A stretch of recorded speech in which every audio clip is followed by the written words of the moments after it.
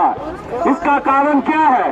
इसका कारण यही है कि कहीं न कहीं से लगता है कि यहाँ के जितने भी वर्दीधारी हैं, यहाँ के जितने भी नेता हैं, ये प्रशासन है, ये किसी न किसी के हाथों से बिका हुआ। हम यहाँ पे आज आए हैं, हम यहाँ पे मनोबल छोटा करके नहीं आए हैं, हम सोच विचार के आए हैं कि जब तक हमें इस बार न्याय नहीं मिलेगा तब तक हम यहाँ पर बैठने को तैयार है। क्या साथियों, है ना बैठने को तैयार? है ना बैठने को तैयार? अगर है बैठने को तैयार तो हमें ऐसा लगता है कि हमें न्याय भी मिलेगा। अरे हम कितनी लड़ाइयां लड़े हैं, हम तो तब भी याद करते हैं जब हम 5 लोगों के साथ लड़ाइयां लड़ते थे। इसी बेनीपुर के धरती पे जब 5 लोगों के साथ लड़ाई लड़ने का काम करते थे, तब भी इस प्रशासन को हमने झुकाने का काम किया है, तब भी इस प्रशासन से अपने मान मनवाने का काम किया है। आज तो हम हजारों की संख्या में हैं। साथियों, आप लोगों की कृपा से, आप लोगों के समर्पण से, आप लोगों के साथ से आज हमारे 2 जिला पार्षद हैं। इस बेनीपुर के गांव-गांव में हमारे मुखिया जी जीते हुए हैं, हमारे वार्ड मेंबर जीते हुए हैं। सारे के सारे लोग आज हमारे पास इसलिए आए हुए हैं, हमारे साथ इसलिए आए हुए हैं क्योंकि उन्हें भी लगता है कि कहीं न कहीं बदर बन्ना में नसीम के साथ घोर अन्याय हो रहा है।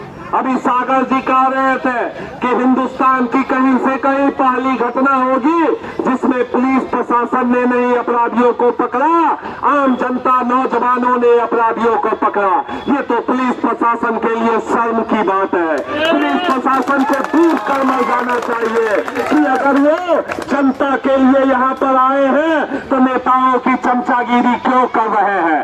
साथियों, हम यहाँ खड़े हैं, क्या मांग रहे हैं, क्या प्रश्न कर रहे हैं?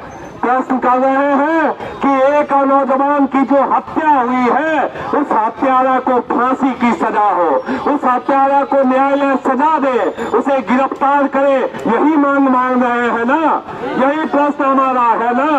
अगर ये हमारा प्रश्न है और उसके बदले जो हत्यारा है, वो हत्यारा जिस आदमी की हत्या होती है उसके भाई को ही जेल में डालवाने का काम करता है, उसको फंसाने का काम करता है, तो हमें तो लगता है कि 75 साल के आजादी के बाद भी आम लोगों के लिए, गरीबों के लिए, नौजवानों के लिए यह देश अभी तक आजाद नहीं हुआ है। यह देश अभी तक दलालों के चुंगल में ही फंसा हुआ है, नेताओं के चुंगल में ही फंसा हुआ है, जिन्हें आम जनता के हक और हुकूक से कोई मतलब नहीं है। और आम जनता के हक और हुकूक से मतलब नहीं है तो हम लोग यहाँ खड़े हैं, मिथिला स्टूडेंट यूनियन यहाँ खड़ी है और हमने ये अनाउंस किया है, हमने ये यहाँ पर कहा है कि इस बार जब तक हमें न्याय की लड़ाई में सफलता नहीं मिलेगी हम यहाँ से हटने वाले नहीं हैं। हम यहाँ पर अड़ने आए हैं, हम यहाँ पर बैठने आए हैं।